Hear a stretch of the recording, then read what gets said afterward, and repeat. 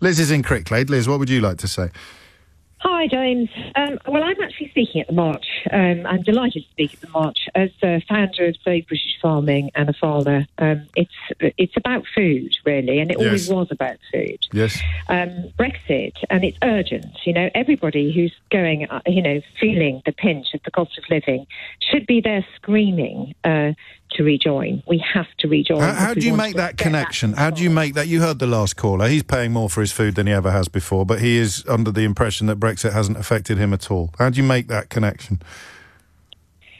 Well, I don't know how he's made the connection that he's made. I know absolutely what's going on with food and farming here, that food production in Britain is falling off a cliff. It's being destroyed, which means we're more reliant on imports. Being more reliant on imports means that we have absolutely no control over prices. It doesn't matter what they do to interest rates. We've got no control whatsoever. And you're on a hostage to a fortune on world markets. It also means that food is going to become much shorter in supply. World events are making that happen as well. So the global food system is in crisis. So things are only set to get worse. We are in an inflation trap because of Brexit. And all the worst things are happening in the world at the same time. And we're like frogs being boiled, and everyone's saying, no, I don't know about Schengen, and no, I don't know about this and that.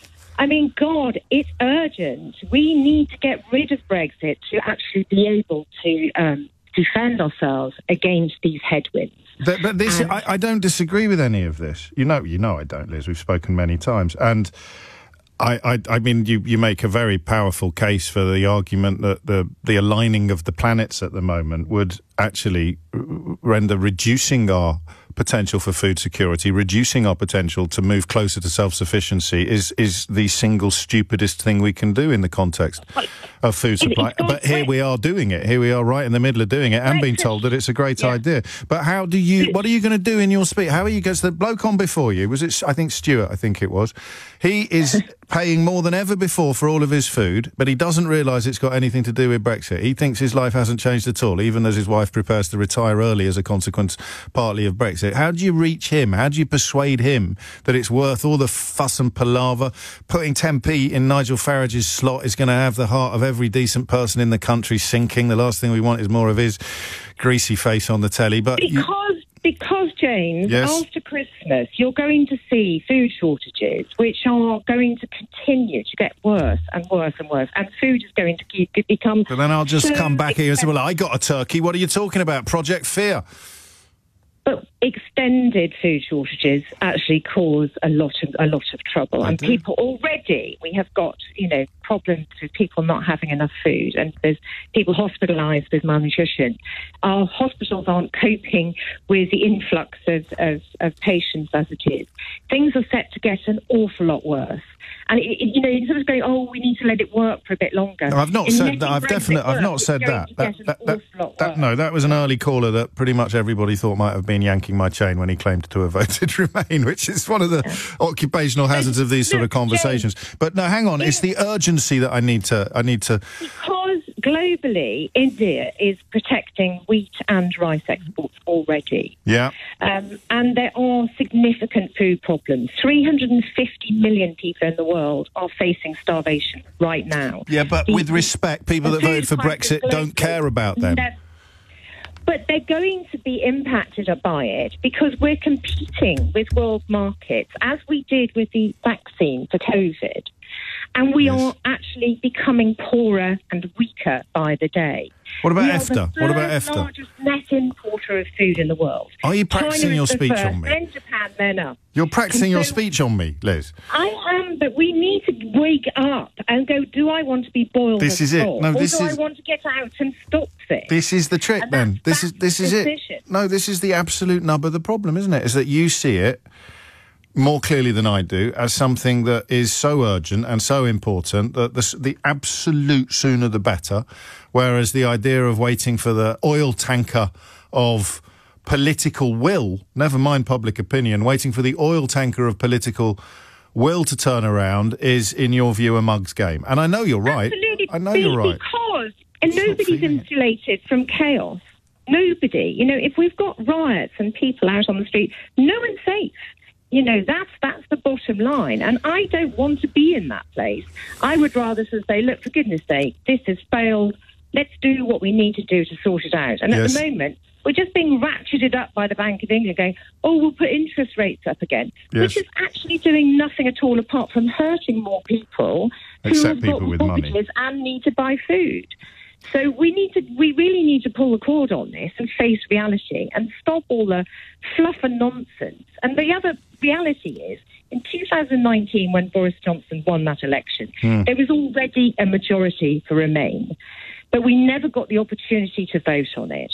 And so there's never actually been a real majority for Leave. There was just a slight blimp on that day in June, whenever it was, 2016. Largely because of the Facebook pushing by Dominic Cummings' outfit. It's all in the new book. And so the fear of another vote, whenever the vote. Okay,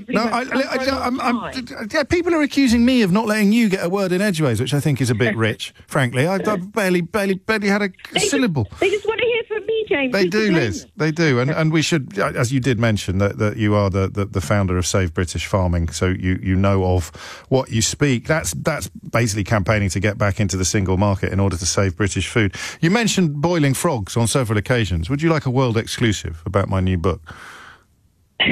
Absolutely. Not really, she said. Not really, but I'm on the radio now and it'd be embarrassing for me to say no. She's off again. I'd like to explain to people why, if you really care about safety, security for us British people and probably for Europe, we need to face reality. Food is something we all need. It doesn't matter how much money we've got, and food is in crisis. And once it begins this crisis to go to go down this trajectory, it is not going to suddenly go, oh, it's all right tomorrow. It's going to continue to become more of a problem. And so we have to take steps to protect this country. Us British farmers can't do that now because they've crashed our system. And the only way we can actually assure food at a reasonable price is by opening up free trade again with the people on our doorstep and making sure that we are part of that market again, which we're excluded from. And British farming then can begin to recover. But it will take some time for us to do that. But food is the most important commodity. We die without it. And so that's where we need to begin, because in 2016, food wasn't part of the campaign because they all lied and said it was going to be cheaper. And it's about time we looked at that and bugger Schengen. And why do we want to keep the pound? But every time I go over to Europe, I actually pay a tax because I've got to change into euros.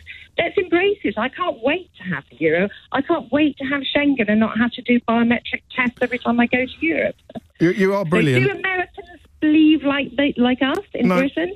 That, we have federalisation. Embrace it. It's the future. You are brilliant, and I feel a bit embarrassed for being so flippant and glib earlier in the conversation. I'm glad that I sat back and let you hit your stride. Oh, that's fine. I love a challenge, James. Anytime. I mean, crikey, I'm not really someone you need to persuade of. Well, yeah, I am actually not someone you need to persuade that you're right. I know that you're right, but the urgency actually is what you've communicated to me, and I feel a tiny bit silly now. Thanks for listening. Don't forget to hit subscribe to make sure you keep up to date with all of our news, and comment below.